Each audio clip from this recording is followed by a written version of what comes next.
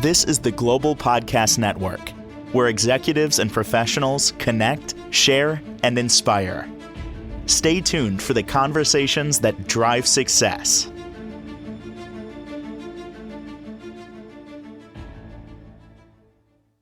We are back with the dynamic duo. That's what I'm going to call the two of you sisters from now on. Liz Wysong Hoffart, Good Friend Sleep Services, Megan Wysong, Bump to Babe Doula Services. Excited that you're both here again. And for those that may not know, just a little bit about your businesses and what you offer. Let's do a little refresher, all right? Sounds great. So, my name is Liz Wysong Hoffart, and I own Good Friends Sleep Services. And I'm a pediatric certified sleep consultant or parent coach. I work with 0 to 6 year olds, and I coach the parents for kids to become independent sleepers. And I'm also a parent coach. So I work with 0 to 18 year olds and coach the parents for them to become more effective parents and build the connections between the parents and their children. Great. So I'll jump in. I'm Megan Wysong, and I own Bump to Babe Doula and Sleep Services. So I'm a postpartum doula. So I work with families that are just transitioning home from the hospital, providing emotional, informational, referral, resource support. And I'm also a certified pediatric sleep consultant working with newborns all the way up to age 6. Yay. What else? So, do we want to jump right into our topic? Yeah, which is sleep coaching, right? With newborns, two Yeah, years old. yeah, All right, let's do it then. So, yeah. why So is newborn to two a critical window, would you say, for developing healthy habits? Yeah, so this is a really critical window. I mean, for the first 2 years, baby's brain is developing, their circadian rhythm is developing, they have emotional regulation. All of these components are sort of being primed Uh-huh. and helping young infants to operate in the world. So we work with babies and toddlers to Hmm. help them fall asleep and stay asleep, connect routines, and form those healthy sleep habits. So ideally, during this time from newborn to 2, we are helping to have easier bedtimes, fewer night wakings, smoother toddler phases, and helping overall development. So I like to share with my postpartum families, that sleep is not a luxury, it's a necessity. So many families in those early days are not getting the sleep that they need. They're up all night, contact napping, everything. Yeah. So, developing good sleep habits, support growth, development, learning, for children. Beautiful. And why does sleep matter for children and for parents, Liz? Well, I can tell you, as I'm trained as a teacher and have done that for 25 years, and I have besides being a sleep consultant, that's what I do as well. And just seeing my students come in year after year and day after day, coming in and being so tired and not being able to study and learn and retain the information, I can see that, you know, as an 8 year old, as a 10-year-old, and being able to have those healthy sleep habits, as a 2-year-old and be able to build on that, it's so important. And so that sleep quality and quantity is a significant influence just in your healthy life system and habit in your family. So if one person is not having healthy sleep, then it affects your whole family and it disrupts everybody's sleep. And so you're less mentally alert, you're more inattentive, you have difficulty concentrating, and if you're a working parent, you're not able to concentrate on your job. You're not able to concentrate in your driving. Just all the way across, you're not as effective as a parent. You know, your frustration level is way up here with your child, and you start um, resenting your child because they're not sleeping. And so being able to get a good night's sleep and get um, 6, 8, 10 hours of sleep continuously, it's so important. You know, some of my families, they haven't slept for 5 or 6, 7 years. And when they finally get 4 or 5 hours or 4 or 5 nights under their belt, you feel like a different person. And so healthy sleep and sleep matters just across the board. Wow. Yeah. As parents, I know that disruption for sure. Feeling it a lot when my kids were younger. They're 10 and 8 now. It's a little better, but Mhm. it also, I remember just the lack of sleep and the lackadaisical mind, and we didn't want to clean, do dishes, couldn't organize, couldn't just was just so depressed, really, is what it came Yeah. down to for me. I mean, and other people, may overeat, may overwork, there's a lot, like you mentioned, diabetes, obesity. There's a lot of people that can suffer with hypertension even too. Yeah. Wow. Yeah. Well, Mhm. and I just had a phone call yesterday of a family that hasn't slept, they said, in 5 years because their little guy, they anticipate him getting up 4 or 5 times a night and they can't put him back to sleep. And, just you come home exhausted already from work and you just want to crawl into your bed or onto the couch and sleep in the evenings, and you still have to parent. And, it's day after day, and not being able to sleep for 5 or 6 years, Mm, that takes it out of you. And, you do become sad and upset, and, your quality of life yeah. decreases. Well, do you So, want to talk a little about the infant sleep cycle and the difference in sure. adult, sleep cycles, and go over that a little? Yeah, yeah. So, when I became a certified pediatric sleep consultant, I found it fascinating, sort of the science behind infant sleep.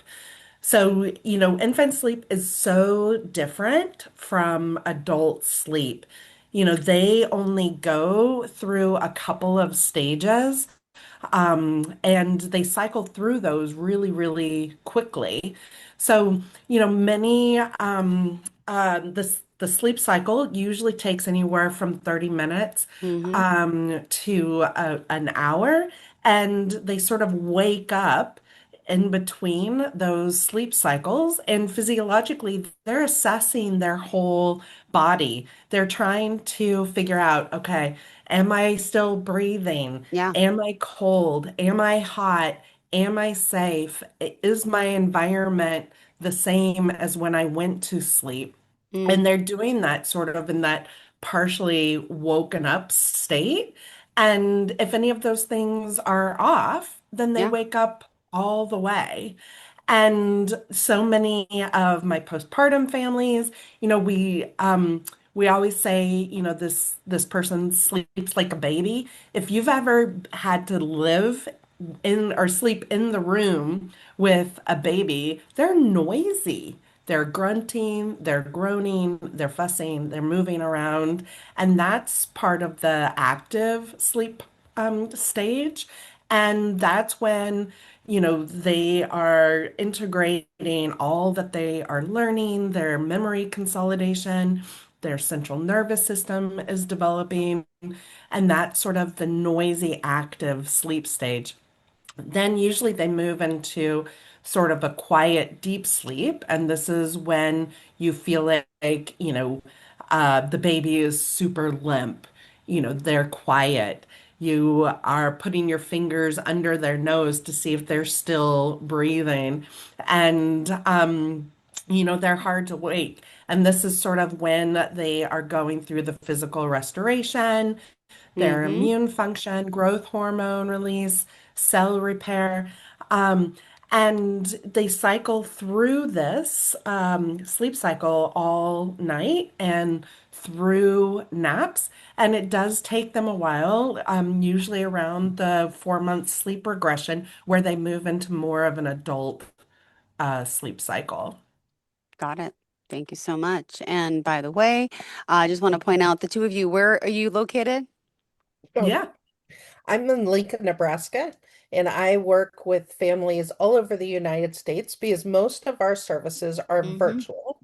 But if they want specific services in home, then it's the Lincoln in Omaha, Nebraska um, area. Perfect. And I'm in Baltimore, Maryland.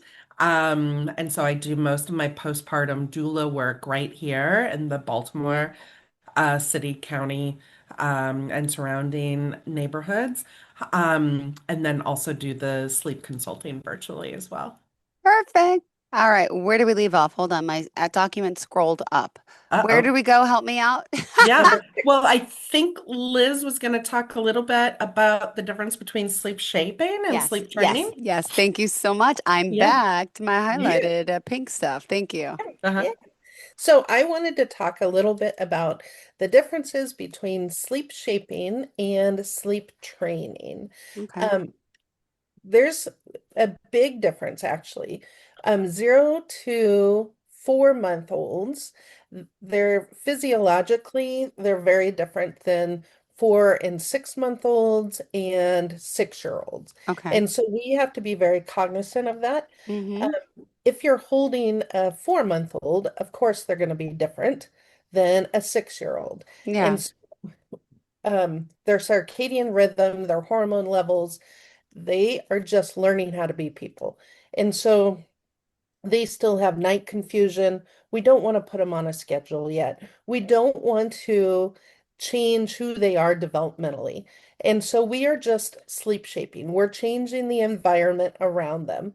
We are still giving them those contact naps. We are um, developing that parenting style, and we are working with their sleep associations that they've Mm-hmm. already developed as a brand new parent and as a brand new child. So maybe they are breastfeeding to sleep.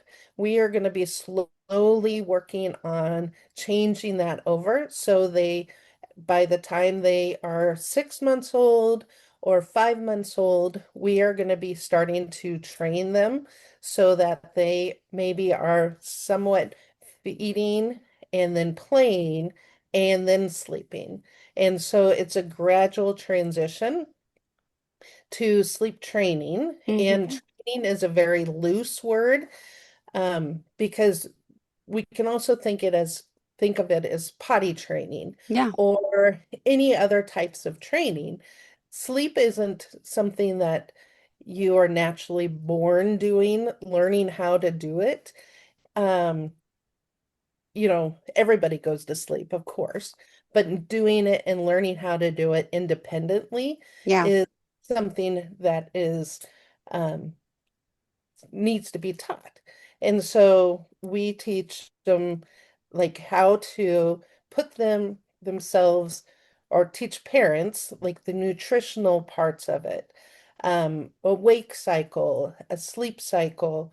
We teach them how to create those routines, a bedtime routine.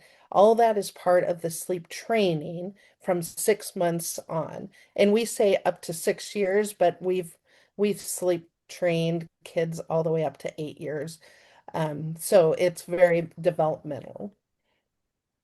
Perfect. Go ahead. Meg, anything else?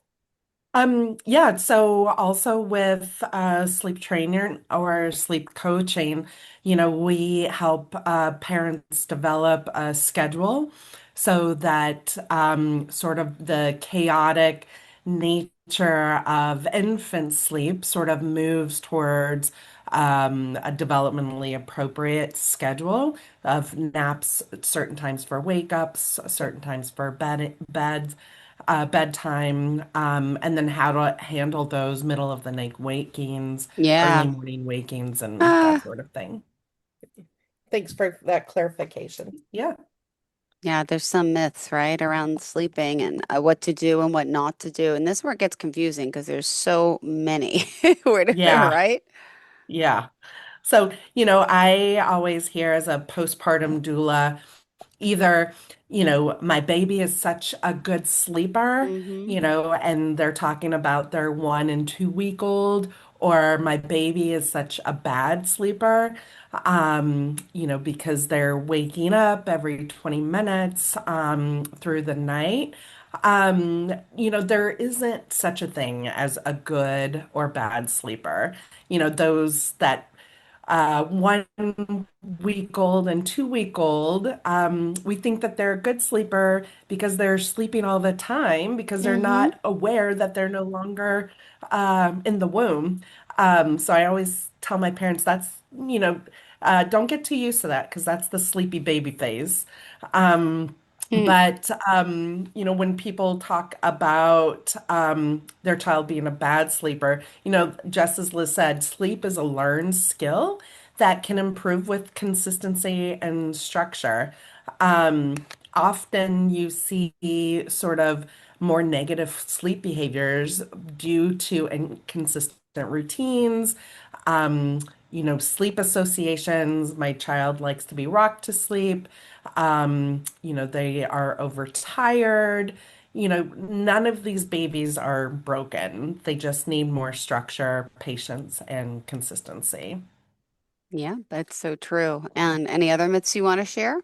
Yeah. So another one that I hear all the time is sleep training means letting my baby just cry it out. You Yep.